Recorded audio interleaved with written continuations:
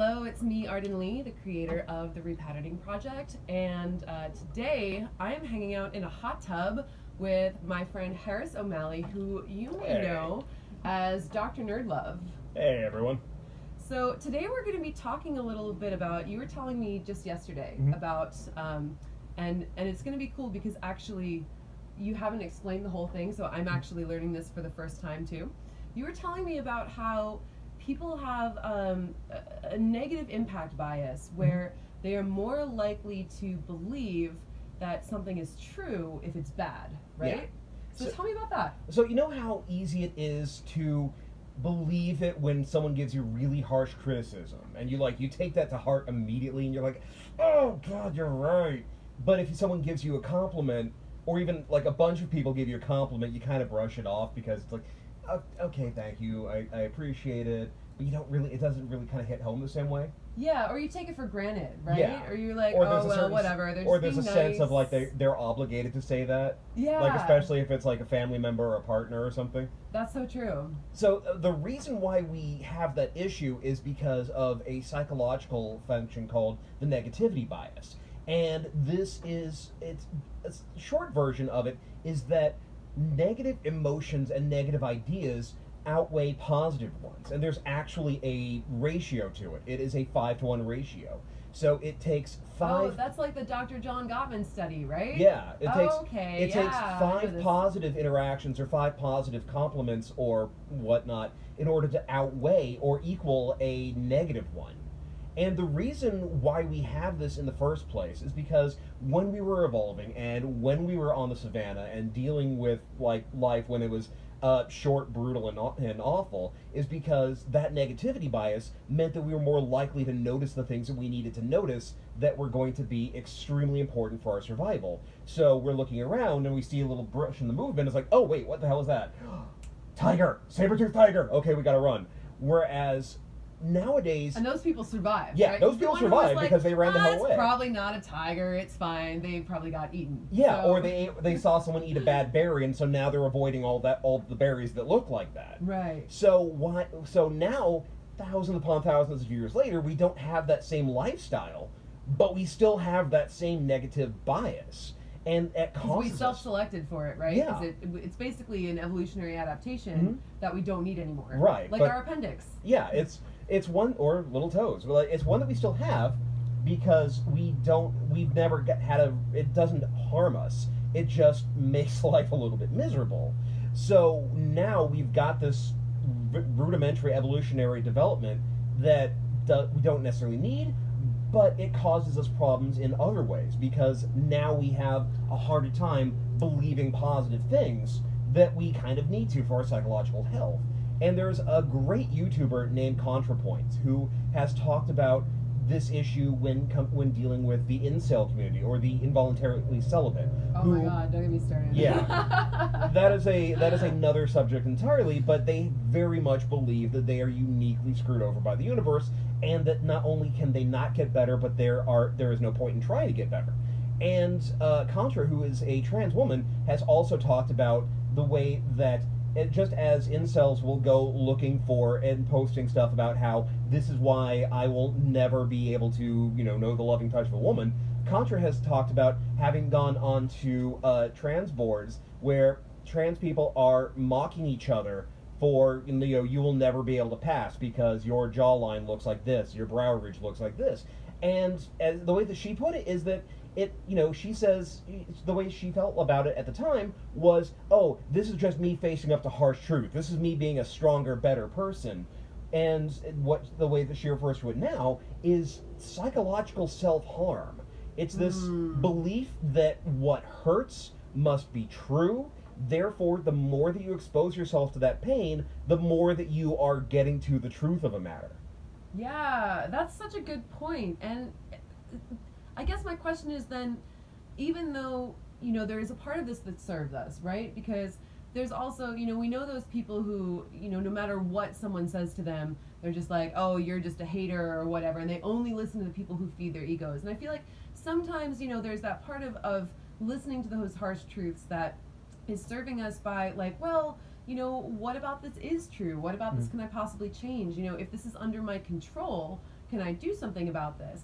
But you're right, when it takes it to such an extreme, it does become that psychological self-flagellation, and it just isn't helping anyone. It's not helping the people who believe in those things. It's not helping their friends. It's not helping anyone around them for them to keep believing that everything is this bad when it's really not.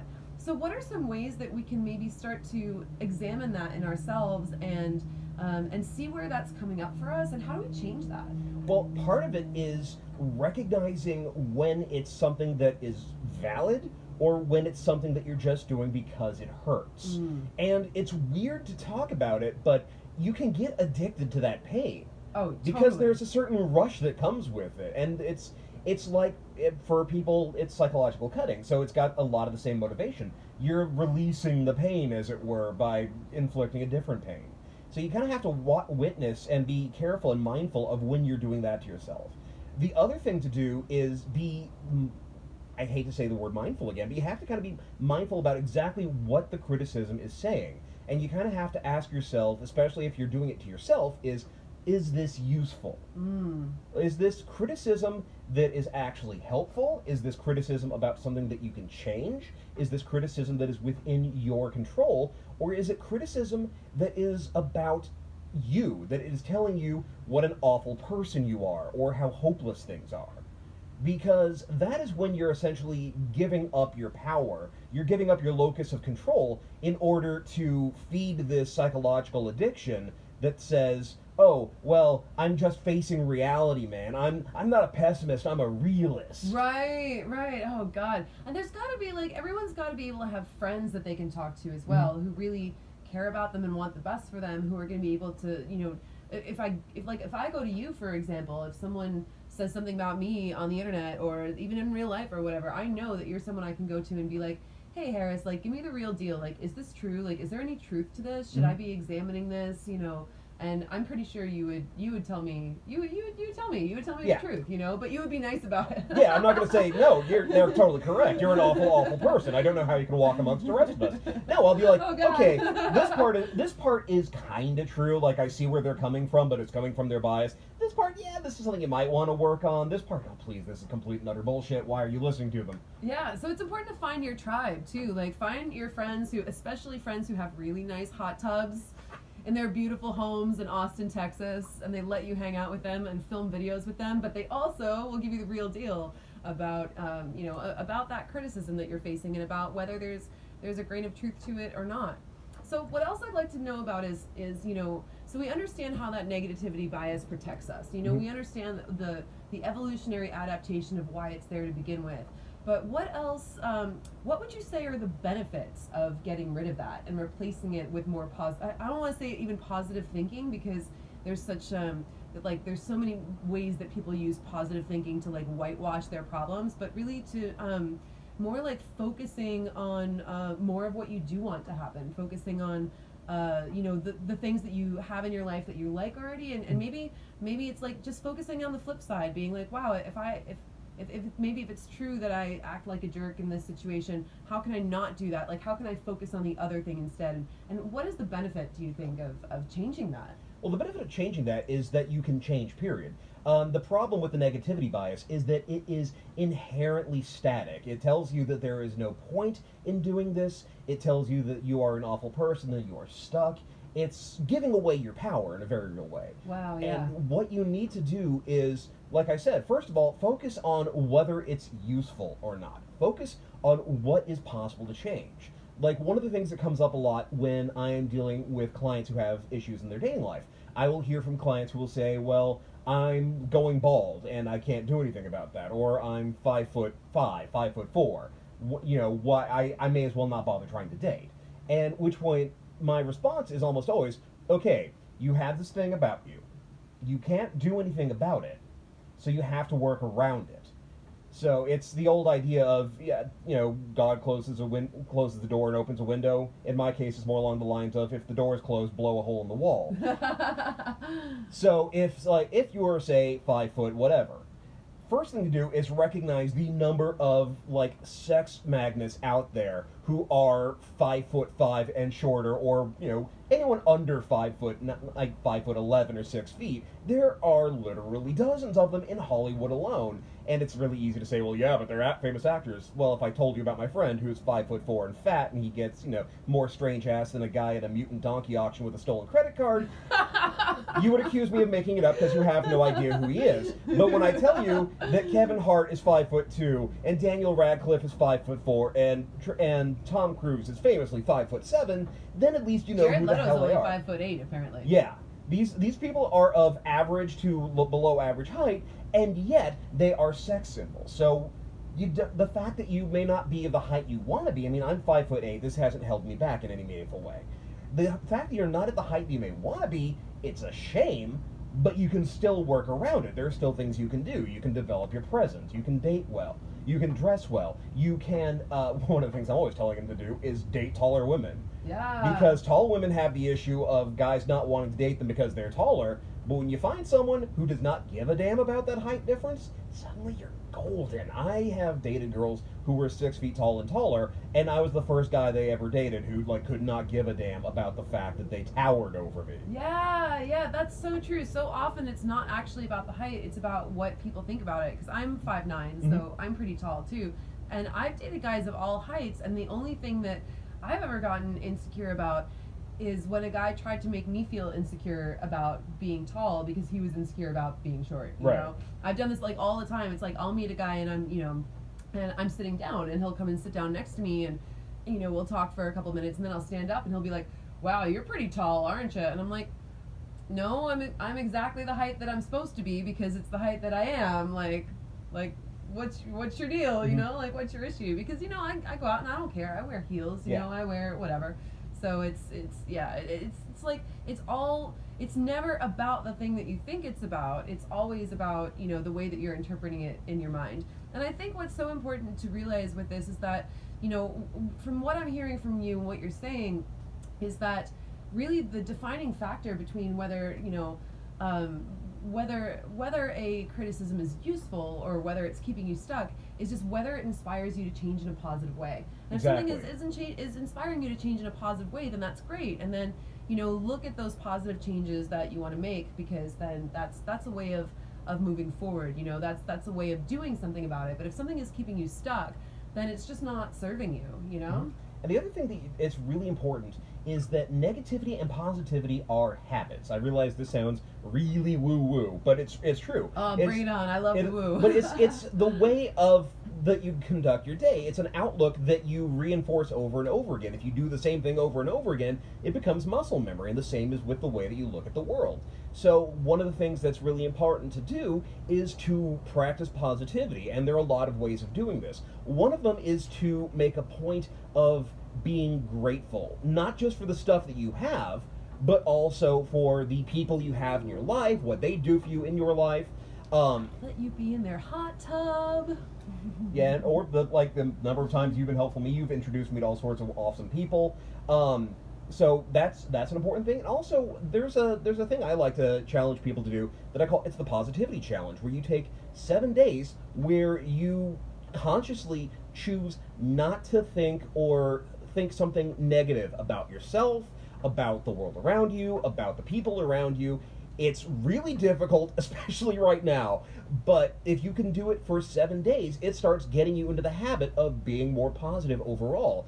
And it's one of those times of the people who are luckiest, the people who have the most going in their lives, the people who are often the happiest, are not the people who are, the most #blessed. They are not the ones who are just extremely fortunate. It's because of their outlook, because they are focusing on being positive, that they are more flexible, they are more, trying to think of the right word here, they're more resilient. So the things that happen in their life don't hold them back as much. It doesn't destroy them. They think, okay, this is bad, but it's overcomable. Yeah. So it's a case of okay, so I'm losing my hair. What am I going to do? Well, I'm going to shave my head and be bald and beautiful. I'm going to Neil Strauss did that in the first 2 chapters of the game, and he became the greatest PU8 of all time. Yeah, or you got Patrick Stewart, or you've got Grant Morrison. There are a lot of really sexy bald people out there. And if there are people who are not going to dig you because you don't have a full luxurious head of hair, then fuck them. They're not your type anyway.